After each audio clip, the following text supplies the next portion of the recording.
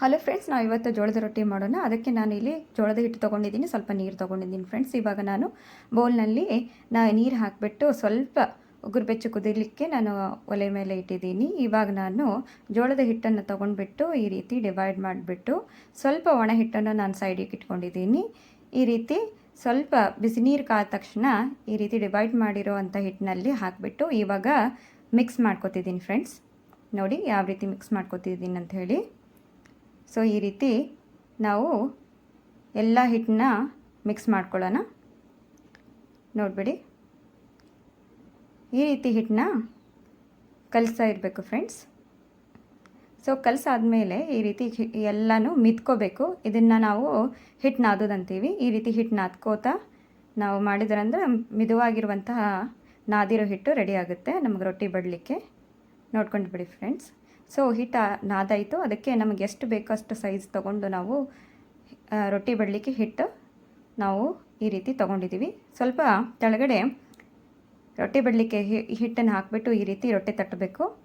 So ಈ ರೀತಿ ನಾವು ರೊಟ್ಟಿ ತಟ್ತಾ ಇರಬೇಕು. ಇನ್ ಕೇಸ್ ಏನಾದರೂ ಅದು ತಿರುಗಲಿಲ್ಲಾರ ಮತ್ತು ಒಣ ಹಿಟ್ಟನ್ನ ಸ್ವಲ್ಪ ಅದಕ್ಕೆ ಸೇರಿಸ್ಕೊಂಡ್ಬಿಟ್ಟು ಈ ರೀತಿ ರೊಟ್ಟಿನ ತಟ್ಟಬೇಕು ಫ್ರೆಂಡ್ಸ್. ನೋಡ್ಕೊಳ್ಳಿ. ಸೊ ಈ ರೀತಿ ನಾವು ನಿಧಾನವಾಗಿ ರೊಟ್ಟಿ ತಟ್ಟಬೇಕು. ನಾವು ಒಮ್ಮಿದೊಮ್ಮೆ ಅದ್ರ ಮೇಲೆ ಪ್ರೆಷರ್ ಹಾಕಿದ್ವಿ ಅಂದರೆ ಅದು ರೊಟ್ಟಿ ಹರಿಯೋ ಚಾನ್ಸಸ್ ಭಾಳ ಇರುತ್ತಾ. ಅದಕ್ಕೋಸ್ಕರ ಈ ರೀತಿ ಮಾಡಬೇಕು ಫ್ರೆಂಡ್ಸ್. ನೋಡಿ ಫ್ರೆಂಡ್ಸ್ ಯಾವ ರೀತಿ ಮಾಡ್ತಿದ್ದೀವಿ ಅಂತ ಹೇಳಿ.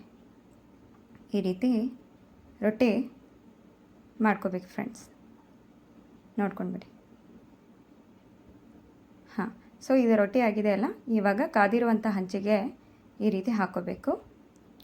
ಈಗ ಒಂದು ಬೌಲಲ್ಲಿ ಸ್ವಲ್ಪ ನೀರು ಮತ್ತು ಬಟ್ಟೆ ಇಟ್ಟಿದ್ದೀನಿ. ಯಾಕಂದರೆ ಒಂದು ಸೈಡ್ ಮಾತ್ರ ನಾವು ಈ ರೀತಿ ಬಟ್ಟೆಯಿಂದ ಹಸಿ ಮಾಡಿಕೊಂಡು ಸ್ವಲ್ಪ ನಾವು ನೀರಿಂದ ಈ ರೀತಿ ಹಚ್ಕೋಬೇಕು. ಆಮೇಲೆ ಸ್ವಲ್ಪ ಬೇಯ್ದ ತಕ್ಷಣ ಈ ರೀತಿ ನಾವು ಹೊಳಿಸಾಕಬೇಕು ಫ್ರೆಂಡ್ಸ್. ನೋಡಿ, ಇವಾಗ ಹೊಳಿಸಾಕಿದ್ಮೇಲೆ ನಮಗೆ ರೊಟ್ಟಿ ಈ ರೀತಿ ಉಬ್ಬಿ ಬರ್ತಿದೆ ನೋಡಿ ಫ್ರೆಂಡ್ಸ್. ಈ ರೀತಿ ರೊಟ್ಟಿ ಈಗ ಆಯ್ತು ನೋಡಿ ಫ್ರೆಂಡ್ಸ್. ಈ ರೀತಿ ಓಕೆ. ಸೊ ಈ ರೀತಿ ರೊಟ್ಟಿ ಮಾಡಿಕೊಂಡು ನೀವು ಒಂದು ಸಲ ತಿಂದು ಬಿಟ್ಟು ನಮಗೆ ಹೆಂಗಾಗೈತೆ ಅಂತ ಹೇಳಿಬಿಡಿ ಸರ್. ನಾ ಮಾಡಿರುವಂಥ ಅಡುಗೆ ನಿಮ್ಗೆ ಇಷ್ಟ ಆಗೈತೆ ಅಂದ್ಕೋತೀನಿ.